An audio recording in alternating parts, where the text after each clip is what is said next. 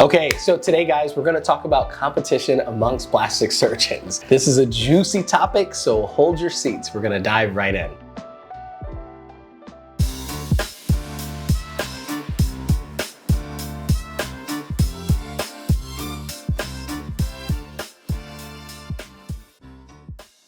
So people don't think about plastic surgery or medicine in general as one that is a competitive endeavor, but it really is, especially in plastic surgery. And the reason why is because what we're doing a lot of times, the patient has other options, right? It's elective. So unlike when you go into the hospital and your insurance says, this is your doctor who's gonna fix your hip or your heart, when you are in the plastic surgery market, you can make your own decision, your own choice. And let's be honest, if you have a business and people don't choose to come to you, well, I don't think you really have a business. So people can go out of business. People don't talk about this a lot, but basically within the first 3 years of starting a business, right, half of those businesses fail. And the same thing can be the case for plastic surgery. Now, imagine you've dedicated your life to being a plastic surgeon. You might be good, you might not be that great, but you've at least started a business. You've taken that risk and you've gone out there, and then you just don't have enough patience to keep up and pay the bills, right? Like, you would go out of business. It is one where it is competitive by nature, because if you are not attracting patients, or if patients aren't coming to you, you won't be able to feed your children. This actually brings out some good things in people and nature and human nature, but also brings out some really negative things. I'm gonna dive in all of the different aspects today as just a primer.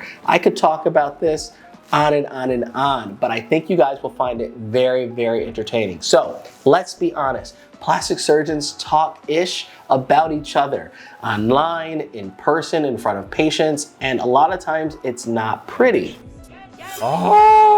Now, when we're talking about medicine, people think about, oh, you have a white coat, you're distinguished. You are a person who's dedicated yourself to helping people, and really your career is elevated, right? We're looked at as people who are stand out. In reality, we're still just people, and so it brings out human nature, good and bad. When you're in a location like me in Beverly Hills on Rodeo Drive, there are a dozen other plastic surgeons literally on this same block. And so you really have to be thinking about this, because if you're not thinking about it, I guarantee you someone else is. I should begin by saying, when I think about competition and the way that I was raised, I did competitive sports in high school. When you're thinking about competing, yes, there are other people out there, but the way that I was taught, the way that I have my perspective is I try to do my best. So as long as you're competing with yourself, you kind of stay out of the lane and out of the firing blocks, because a lot of times the back and forth with plastic surgeons or really competitors in general just leads you down a road of negativity, and so I try to stay above it. But I want to highlight it because I think it's going to be interesting for you guys, and I'm not going to lie, sometimes it affects me. Like, I feel this hate, and you know, I'm human. It hurts sometimes. So let's dive in. First thing is, what is healthy and what is unhealthy competition? Healthy competition is one where both sets of people feel basically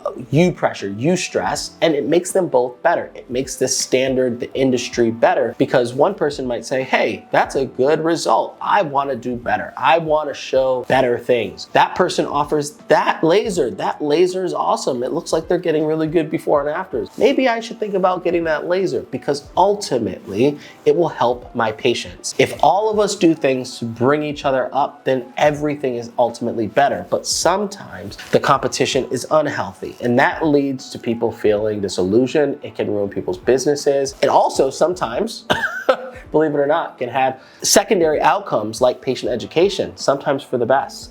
Whoa! Okay, at least she knew her options. The things that are not healthy, and I have heard this, I've seen this actually, where plastic surgeons will undercut other plastic surgeons, talking about basically them being not ethical, bad, basically bringing up patients that they may have seen who came from another plastic surgeon. All of this stuff, guys, is a no-no. I do not think it's good. I think it's actually awful, but it happens. It's crazy when you hear it back from patients, right? They'll come into my office and they'll say, listen, I had a consultation with another doctor. He told me to specifically not come to you because he thinks that you're an Instagram doctor and you're all hype.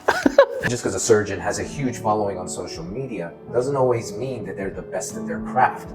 but they are brilliant at marketing themselves. I love when that happens because they're still there in my office and I can show them that I might be on Instagram, but that's not the only thing that I do. Ultimately, the question is it real or is it not real, right? If you buy into that and if you go back and forth and then kind of rebuttal with saying, no, that plastic surgeon's awful, I had to do his patient's revision. Listen, every single surgeon has complication and basically has patients who need revisions. But it's up to the surgeon to be honest, open with the patient, and really not combative, because I don't think that that serves anyone. In fact, I think it can actually take away trust from the patient. So if you're a patient and you're in a plastic surgeon's office and their ego's through the roof and they're talking bad about another surgeon, it's probably a good sign to leave, okay? So that's a pro tip. The other thing I want to talk about is named facelifts and competitive branding. Now, you guys are not new to this. You guys know that I love putting my work out there on the internet, and I've built a pretty big brand showing that I produce beautiful results and really have patient-focused care. Now, the other side of that is there are some people who don't like how visible I am. This is a vestige of historic medicine. Historically, medicine is one that's very conservative, right? We don't talk about money. We don't talk about what we do. We don't want to be seen as flashy or braggadocious. But let's be honest, there's a difference between bragging and there's a difference between showing beautiful results and showing confidence. Sometimes people misjudge confidence for bragging, for being full of themselves. And I've had to deal with this a lot in my life. I try to always remain humble, so hopefully you guys don't feel that from me. But that's something that people will say, oh, look at him, he's putting all of his stuff out there. He has a billboard. Can you believe he released his own YouTube series online, plastic surgery show? Who does that? Well, I do that. And the end effect of that is I want to reach and teach people, but it makes people uncomfortable. When you do something outside of the standard box, the people who are in that box don't like when you walk out of it. And so that creates some hate, some jealousy. People ask around town, listen, is Dr. Truesdale busy? Is this person busy? Are they going out of business? Who's got a lawsuit? Who, X, Y, or Z, guys?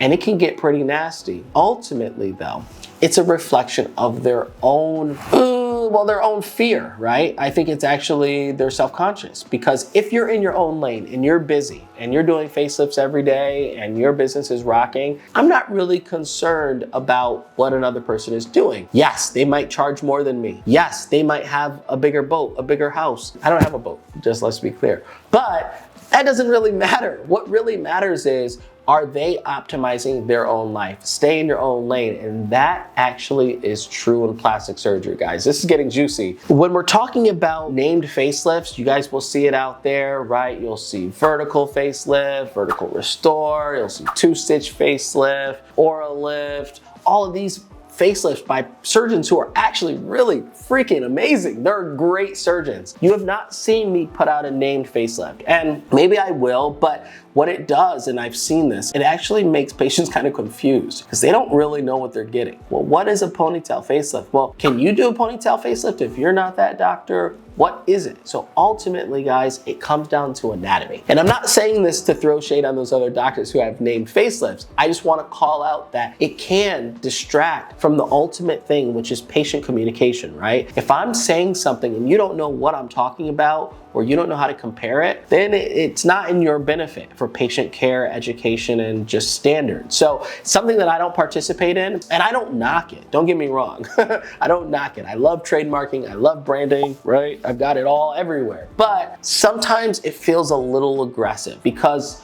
it is a product and we are doing a service for patients, but it is still medicine. And if the product itself is getting in the way of the ultimate goal, which is treating the patient, I think that that does the patient a disservice. So my 2 cents. Let's talk about content wars. Now, sometimes you'll see content wars between some really funny plastic surgeons online. And you pretty much ignore me all the time. You do ignore me. And really it's just there to entertain people, but sometimes it gets a little ugly. And I've seen this recently, like this video. Let's watch it. Why I don't use the new Motiva breast implants. Because you're not allowed to. You're not a plastic surgeon. Motiva implants are only available to board-certified plastic surgeons. Ooh, Dr. Kelly Colleen got him good. So the doctor in the original video was gaslighting his followers, saying that he doesn't like these implants. Well, the fact is that they won't let you buy them, dude. Yeah, shots fired. This is great content for online, for scrolling, right? Because it's like, look at these two people in their careers and they're throwing shade, right? Everybody loves a good rap battle, right? Kendrick, Drake, Tupac, Biggie. Everybody loves this kind of stuff, but in plastic surgery, right, it's entertaining, and I think she has a great point, and overall, it's for patient education and safety, but at the same time, it feels a little dirty.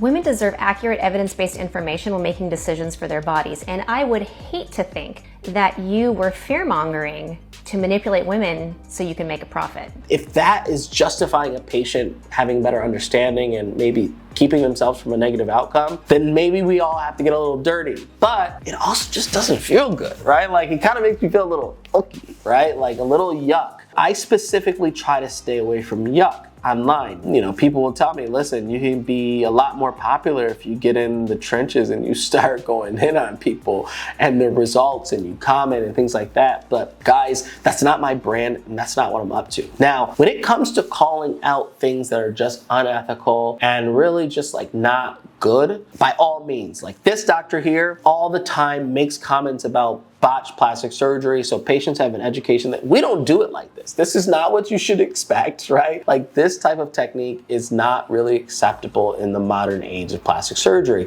and that is good. She can't even close her eyes. Is it funny? Yes. Is it educational? Yes. Is it also a little yes. I don't feel 100% comfortable making that kind of content, but I think it deserves its place. I'm saying all of this not to be judgmental of anyone, but it is just kind of a reflection of the current state of things. If you're throwing shade at that doctor, he might be in Korea, he might be in China, but at the end of the day, patients can kind of travel wherever they want to go for plastic surgery. If one industry, and specific an epicenter, increases its luster, its desirability for patients to travel there, it will inevitably take patients from another location. We've seen this with hair transplants in Turkey, right? Hair transplant business in the United States has taken a hit because people are looking like, Turkey, oh, it's a place to go for my hair transplant and it's gonna be 1/10 of the price. Well, it might be 1/10 of the experience too, but it has definitely been a huge epicenter and it's taken business from all over the world.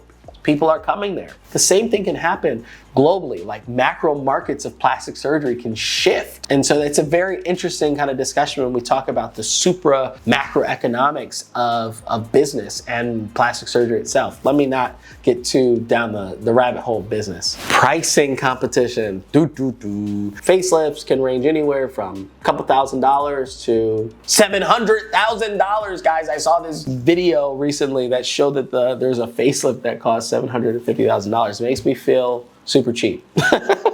Actually, no, it doesn't. It sounds crazy. But I'm not mad at that doctor for charging that. And the reason why is what we do is like fine art. It's closer to fine art sometimes than actual like medicine. It is always medicine. Patient's always first, but it's limited. Its supply and demand is limited. If you have the ability to create something beautiful, your reputation and your results show that work, your experience, then really you should be able to charge whatever you want to charge because people have the right to pay for it or not. If people didn't pay for it, then you can't charge it. You just be sitting there, sitting on your hands. But ultimately, what it is doing, it is increasing the price overall for everyone.